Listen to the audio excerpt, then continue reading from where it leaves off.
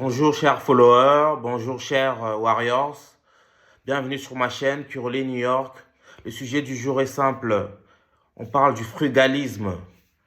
Dans cette vidéo, je vais vous expliquer pourquoi le frugalisme extrême est dangereux pour la santé et suicidaire. Parce que il est courant sur YouTube que des vidéos sur le frugalisme soient publiées. Le sujet est même devenu viral. Le frugalisme, c'est un art de vivre, en fait, une philosophie qui consiste à vivre heureux avec peu. En fait, ça consiste à consommer juste ce dont nous avons besoin et d'éviter tout ce qui est superflu. Ça consiste notamment à éviter l'encombrement dans sa maison, dans son appartement, dans son logement, à se contenter de ce qu'on a et à éviter de tomber dans le piège de la consommation à tout prix. Le frugalisme, c'est bien. Petit disclaimer, je suis frugaliste. Ça fait 2 ans que je pratique cette philosophie de vie et je me sens de plus en plus heureux. Et dans cette vidéo, nous parlons de l'extrémisme qui s'accompagne dans le frugalisme. Parce que je regarde un peu à gauche, à droite sur YouTube, le sujet est devenu viral à tel point que tout le monde s'y met.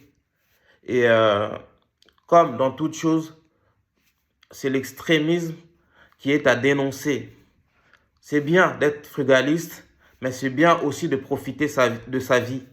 Car nous ne savons pas de quoi l'avenir sera fait le lendemain. Donc, lorsqu'on est jeune ou moins jeune et on commence à se priver de tout, ça devient dangereux. Parce que c'est bien de faire des économies, c'est bien de calculer son budget, c'est bien d'avoir une épargne, mais si on se prive de tout, on devient frustré en fait. Parce que dans certaines vidéos, j'entends des choses mais qui dépassent l'entendement. Certaines personnes peuvent économiser 60%, voire 70% de leurs revenus.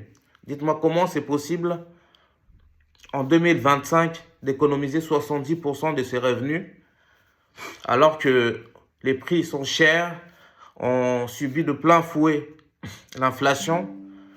Et dans d'autres vidéos, je vois certains frugalistes faire des économies sur la nourriture. J'ai vu dans une vidéo un YouTuber qui disait qu'il vivait avec 150 € comme budget nourriture. Comment un adulte normalement constitué peut vivre avec 150 € seulement comme budget consacré à l'alimentation? Parce qu'il ne faut pas faire des fausses économies sur la nourriture, hein. Moi, je conseille même de manger bio, si c'est possible. Et c'est pas si cher que ça, parce que c'est bon pour la santé. Sachez que la nourriture est un besoin vital. Si on se met à se priver même de la nourriture, à ne pas manger équilibré, cela devient dangereux pour notre santé. Parce que si on tombe malade, et je ne vous le souhaite pas, on meurt parce qu'on ne se nourrit pas suffisamment, parce qu'on ne mange pas suffisamment équilibré, à quoi servirait votre argent que vous avez mis en banque? Le frugalisme, c'est bien, il faudrait que ça reste un plaisir. Il ne faudrait pas se priver de tout, devenir aigri, devenir frustré, et d'un coup, on se remet à consommer. Ça sert à quoi d'être frugaliste si, au bout de quelques mois, vous abandonnez cette belle philosophie? Et en fouillant sur YouTube, je suis tombé sur une femme qui gagnait le SMIC et qui réussissait à économiser 10 000 € par an. Or, elle gagne le SMIC. Elle est célibataire. Et comment on peut vivre avec le SMIC et économiser 10 000 € par mois? 10 000 € par mois, vous vous rendez compte? Si on ne se prive pas. Donc, cette femme n'a pas de loisirs. parce qu'elle avait un loyer de 450 € par mois.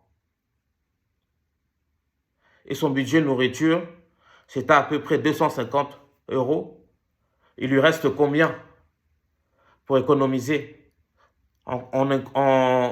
si on additionne cela avec du shopping, donc il faut bien se vêtir quand même. On ne vous dit pas d'aller dans des magasins de luxe et dévaliser les magasins chics et acheter des habits hors de prix. Mais il faut juste se vêtir. Il faut bien qu'elle prenne le transport en commun, cette femme qui vit avec le SMIC, qui a réussi à économiser 10 000 € par an. Il faut bien qu'elle sorte au restaurant. Cette femme ne voyage pas. Je me pose la question.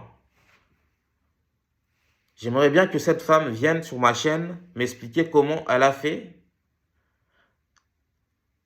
pour gagner 1400 € net par mois et économiser 10 000 € par an. Sauf si elle se prive de tout, elle se barricade, elle reste chez elle, elle ne sort pas, elle se prive de tout plaisir. Parce que on ne vit qu'une seule fois sur cette terre. La vie est merveilleuse. Il faut vivre l'instant présent. Et ne pourrissez pas votre vie, votre instant présent, en vous privant de tout, juste pour constituer une épargne de sécurité, pour constituer une épargne pour les loisirs, juste pour avoir des biens immobiliers ou avoir un gros patrimoine. Si en vous privant de tout, vous réussissez à devenir millionnaire, mais si vous ne pouvez pas profiter de cet argent-là, parce qu'on ne sait pas si demain on va mourir ou pas, si demain on sera en bonne santé ou pas, si demain on ne va pas être victime d'une maladie psychiatrique, on ne sait pas de quoi l'avenir sera fait demain, les warriors. Le frugalisme, c'est bien, mais il ne faut pas que ça devienne de l'extrémisme. Parce que beaucoup de frugalistes, aussi, l'autre problème dans cette merveilleuse philosophie, je le redis, moi-même je suis frugaliste,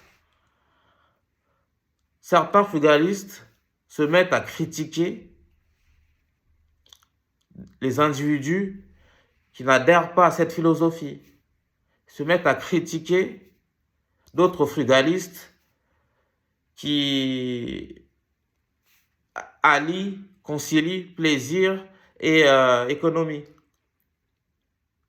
Tout excès nuit. Le frugalisme, c'est bien, mais lorsqu'on me dit qu'on peut économiser 80% de ses revenus, moi je me dis, venez m'expliquer sur ma chaîne comment vous faites pour économiser 80% de vos revenus. Même si la personne en question n'a pas de loyer, même si la personne en question n'achète pas de vêtements, même si la personne en question ne voyage pas.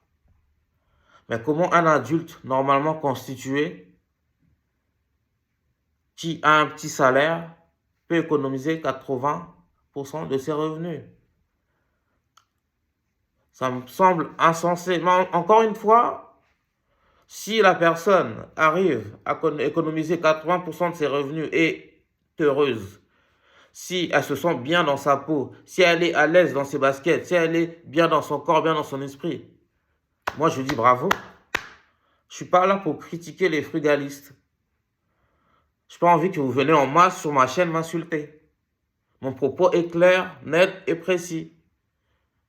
Moi, je suis quelqu'un de clair. Je ne suis pas quelqu'un d'approximatif. Je critique le frugalisme de l'extrême. Je critique l'extrémisme du frugalisme. Le minimalisme, c'est bien, je suis minimaliste. Chez moi, je ne m'encombre pas d'affaires. J'ai un petit dressing. Pourtant, j'aime la mode. Je fais tout aussi pour avoir une épargne de sécurité, pour avoir une épargne pour les imprévus, pour avoir une épargne pour les loisirs. Je suis comme vous, je trace mon argent, je calcule un budget et j'essaye de vivre décemment en consacrant 50% de mon budget pour les besoins, les charges fixes, 30% de mon budget pour les loisirs, c'est-à-dire pour le restaurant, pour le shopping, pour les voyages. J'aime beaucoup les voyages aussi. Et j'ai une plateforme de streaming, pour ne pas la nommer, Canal+, MyCanal. Et les 20% qui restent de mon argent, je consacre ça à l'épargne. Mais je suis quelqu'un de très généreux. Je n'arrive pas à être frugaliste de l'extrême parce que j'aime aussi aider ma famille. C'est ça aussi l'autre point. C'est bien d'être frugaliste, mais il ne faut pas qu'on devienne radin. Moi, je ne peux pas vivre décemment, correctement, être heureux en voyant que mon prochain souffre, en voyant que mes frères et sœurs sont dans la précarité et ne pas les aider. Or, je sais que j'ai de l'argent en banque. C'est ça aussi l'autre dérive du frugalisme. C'est très tentant de devenir radin, de calculer au moindre centime son budget et du coup, on devient un pingre, on devient chiche.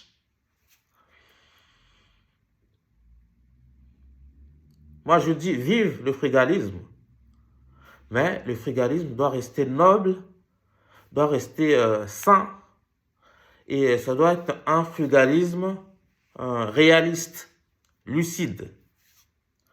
Ne poussez pas les gens à se priver de tout et ils seront tellement aigris qu'ils vont en venir à se suicider. Voilà un peu le propos de cette vidéo. Si vous êtes frugaliste, commentez ma vidéo et contredisez-moi. Moi, je suis quelqu'un de pragmatique. Je ne sais pas tout. Je ne connais pas tout du frugalisme. Apprenez-moi. Et on est ensemble. Donc, si ma chaîne vous plaît, abonnez-vous. Déclenchez la cloche de notification. À la prochaine pour de nouveaux sujets sur votre chaîne. Merci beaucoup. Moi-même, je suis Sébastien Badibanga. Peace and love et vive le frugalisme noble, sain, propre. Amen.